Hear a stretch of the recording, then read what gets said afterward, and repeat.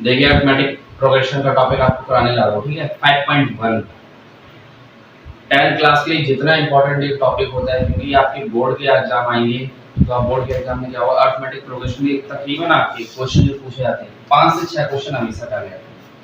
इस बार भी क्या हुआ कि जब सेकंड टर्म के आपका पेपर हुआ था, तो 40 नंबर का जो पेपर हुआ उसमें भी उन्होंने अरिथमेटिक प्रोग्रेशन के 3 से 4 क्वेश्चन डाले थे, ठीक है। और जो मैंने क्वेश्चन बच्चों को कराए थे सेम टू सेम वही क्वेश्चन भी आए थे। तो देखो अरिथमेटिक प्रोग्रेशन करते हैं शुरू। पहला क्वेश्चन देखते हैं और कुछ इसके एग्जांपल मैंने बता रखे। क्या रखा है, प्रत्येक किलोमीटर के बाद टैक्सी का किराया। क्वेश्चन देखो आप लोग खुद देखिए, एक्सरसाइज 5.1 है और किताब में आप लोग खुद देखिए, क्योंकि मैं सीधा सीधा आपको आंसर लिखूंगा। यहाँ पर क्वेश्चन लिखूंगा, देखो बेटा बहुत टाइम लगता है क्वेश्चन लिखने में, उसके बाद आंसर लिखने में। आप क्वेश्चन देखिए 5.1 का पहला क्वेश्चन है, ठीक है। याद रखना, प्रत्येक किलोमीटर के बाद टैक्सी का किराया जो है कितना है आपका, 15 रुपए है, ठीक है। लेकिन 1 किलोमीटर के बाद जब जाते हो तो क्या होता है, आपका किराया जो होता है कितना, 8 रुपए बढ़ जाता है। मेरा ये कहने का मतलब है कि जैसे जब आप 1 किलोमीटर जाओगे किसी टैक्सी के अंदर, ठीक है, तो आपके कितने 15 रुपए तो लगने ही लगने हैं, 15 रुपए फिक्स है। लेकिन 1 किलोमीटर के पास जैसे आप ज्यादा गए, आगे बढ़े, तो क्या हुआ, 15 रुपए तो लगेंगे, लेकिन 8 रुपए और एक्स्ट्रा लग जाएंगे, ठीक है। अब जैसे आप 3 किलोमीटर जाते हो तो बोलते हो भैया 15 रुपए तो लगेंगे, लेकिन क्या हुआ, और 8 रुपए मतलब उसका डबल, ठीक है। अगर 4 किलोमीटर गए हो तो क्या बोलोगे आप यहाँ पर, तो 15 तो रुपए फिक्स लगेंगे, उसके बाद क्या हुआ, 3 गुना और एक्स्ट्रा। तो यहाँ पे सॉल्व करोगे, ये 15 आ गया, ये कितना आ गया, 23 आ गया। अब यहाँ पे जोड़ो तो 15 प्लस में कितना, 16, ठीक है। उसका कितना हो गया, ये 15 हो गया, स्क्वायर करोगे कितना, 24। अब इसको देखो अरिथमेटिक प्रोग्रेशन 5.1 में यही आपको बताया कि इसकी अरिथमेटिक प्रोग्रेशन बनाइए, मतलब कि एपी बनाइए, ठीक है। तो कितना हो गया, ये 15 हो गया, ये 23 हो गया, उसके बाद कितना हो गया, ये 31 हो गया, और ये हो गया आपके पास 39 कंप्लीट। ये 39 हो गया प्लस में। तो देखो हमारे पास जो सीरीज बन गई है, कितनी बनी है, 15 कॉमा में 23 कॉमा में 31 और कॉमा में 39। इसको लिखो, ठीक है।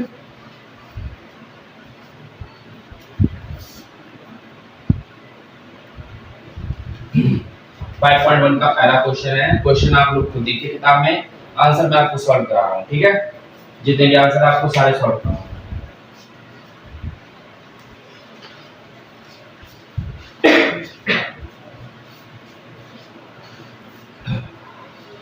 देखिए नेक्स्ट क्वेश्चन देखिए क्या कह रहा है, एक बेलन है आपका, मतलब सिलेंडर, ठीक है। सिलेंडर ये क्या कहता है कि जब भी कोई आपकी हवा होती है इसके अंदर रिमेनिंग कर रहा है कितनी, ये सेकंड क्वेश्चन है, ठीक है। दूसरा कि मतलब आपके पास कोई सिलेंडर है, ठीक है, उसमें क्वेश्चन दे रखा है सिलेंडर है, और हर बार जो जैसी गैस आपकी पंप करती है, मतलब कि निकल जाती है, तो बोलोगे 1/4 आपकी निकल जाती है। तो देखो लास्ट में आपकी कितनी गैस बचेगी, ये क्या क्वेश्चन कहना चाहता है कि मेरी बात वजह से इसमें भी क्या करना है, एपी आपको बनाना है। कि पहले जैसे आपके पास क्या हुआ, x तो है ही आपके पास, x में क्या किया उन्होंने, एक x था और x में क्या हुआ कि 1/4 आपकी गैस क्या होगी, निकल गई। तो बोलोगे यहाँ पे 4 मतलब 4 में से x गया कितना, बोलोगे 4x में से एक x जाएगा और नीचे कितना 4 हो जाएगा, तो बोलोगे 3x/4। तो एक सीरीज तो मुझे पता चलती है कि एपी हमारी जो बनेगी पहली क्या होगी, एक तो x बन गई और दूसरी कितनी होगी आपके पास, 3x/4 कंप्लीट। अब इसी 3x/4 में से क्या करना, फिर से हमें रिमेनिंग करनी इसी में से, तो बोलोगे 3x और अपॉन 4 हो गया, तो यहाँ पर कितनी होगी 1/4 फिर से आपकी रिमेनिंग होगी, ठीक है।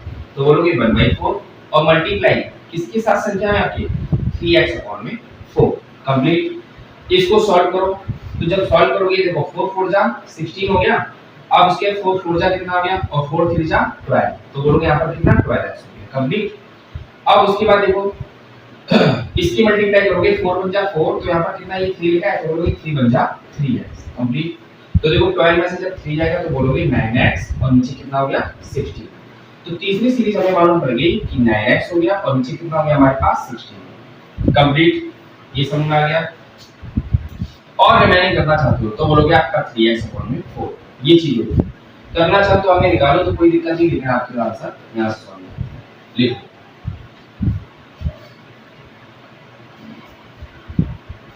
लिख लो, आराम से लिखो बेटा। हाँ, एक चीज याद रखना कि जब भी देखो आपकी कोई सीरीज में आपकी बैठ रही है, यहाँ पर x है और यहाँ पर 3x/4 है, यहाँ पर 9x/16 है, यहाँ पर 3x/4 है।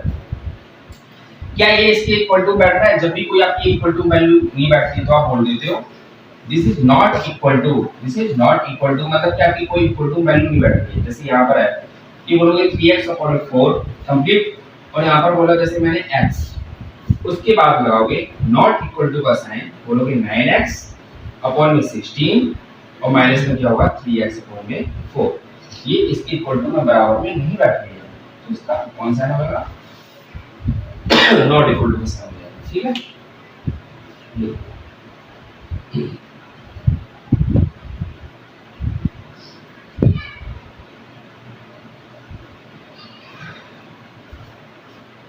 देखो नेक्स्ट क्वेश्चन देखो।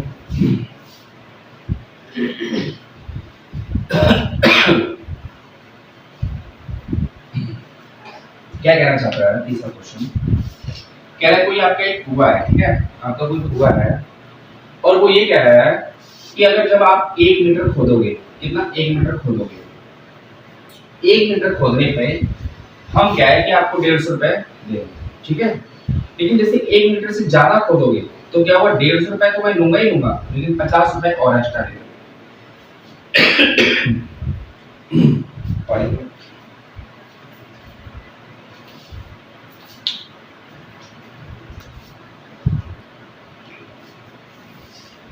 तबीयत ठीक से नहीं है, ठीक है। देखो 1 मीटर जब भी होगा तो लेकिन तब भी आपको पूरी पोटेंशियल के साथ पढ़ा रहा हूँ, पढ़िए आप लोग, ठीक है।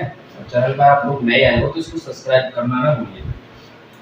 1 मीटर जब भी आप खोदोगे तो कितना हुआ, 150 रुपए मैं लूंगा, ये कहना चाहता है। लेकिन 1 मीटर से जब ज्यादा खोदोगे क्या हुआ, 150 रुपए तो होंगे नहीं, 50 रुपए फिक्स होंगे, मतलब पहले क्वेश्चन पर है। अब उसके बाद 3 मीटर जब आप खोदोगे तो 150 रुपए लगेंगे, प्लस में क्या हुआ, उसका दोगुना, ठीक है।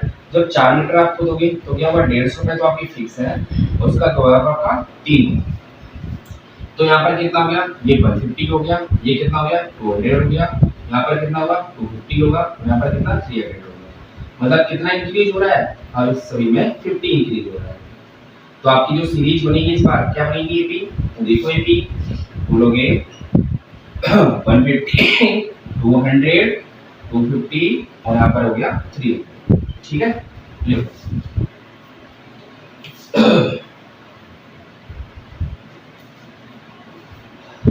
हो गया। देखो नेक्स्ट क्वेश्चन देखिए, आराम से रुक के देखिए ना, वीडियो बार बार रिवाइंड करके देखिए, ठीक है। चौथा क्वेश्चन में ये कह रहा है, फोर्थ क्वेश्चन में, कि जैसे आपको कोई प्रिंसिपल दे रखा है, कितना 10,000 रुपए प्रिंसिपल आपको दे रखा है, ठीक है, और यहाँ पर आपको दे रखा है रेट कितना 8%, ठीक है, और टाइमिंग आपकी दे रखी है कि आपको 1 साल का भी निकालना है, आपको 2 साल का भी निकालना है, 3 साल का भी निकालना है, आप जितना निकालते जाओ वो आपकी एपी बन जाएगी, ठीक है, इस तरीके से। तो आपको देखो एपी किस तरीके से, और पूछा गया इसमें सीआई, क्या पूछा गया है, सीआई मतलब कंपाउंड इंटरेस्ट।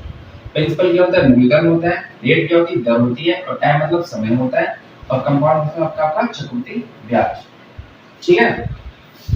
देखो ये फॉर्मूला आपका लगता है कि p 1 प्लस में r नीचे 100 हो जाएगा, तो नीचे पावर में कितना होगा n, ठीक है।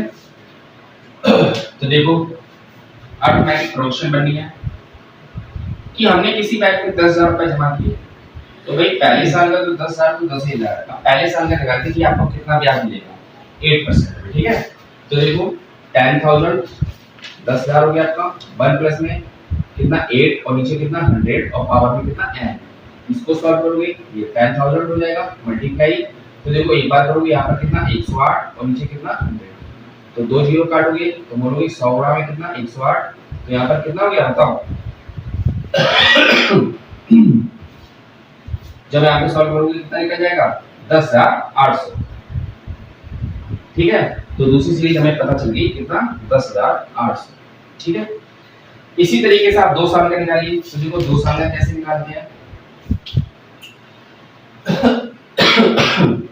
बोलोगे 10,000 1 प्लस में r कितना r दे रखा है, ये 1.5 हो गया और पावर में 2, क्योंकि 2 साल का निकालेगा और यहाँ पर हमने कितने साल का निकाला है, 1 साल। ठीक है, तो देखो 10,000, ये 8 हो गया, नीचे 100, अरे ये तो नीचे 108 हो गया बेटा, और नीचे कितना 100 हो गया, यहाँ पे गुणा लगा लो, यहाँ पे मल्टीप्लाई लगा लो, और ये 100, तो 2 0 2 0 2 0 2 0 खत्म हो गया, 108 और मल्टीप्लाई में 108, इसको सॉल्व करिए। ठीक है, और आंसर बताइए। तो जो आपका आंसर निकलेगा बोलोगे 11 66 और 4। अब यहाँ पर एक चीज ये बताओ, इसी सीरीज जो निकली है 11 66 4 कि हमारे पास 10,800 और माइनस में कितना 10,000। ठीक है, कंप्लीट। उसके बाद देखा हमने वैल्यू निकाली कितनी, 11,664। ठीक है, और उसके बाद कितना आपका 10,800। क्या इनके बराबर ये चीज इक्वल है? तो जब कोई चीज इक्वल नहीं होगी बोलोगे not equal to the sign आ जाएगा। कंप्लीट, चारों सॉल्व करवा दिए। ठीक है,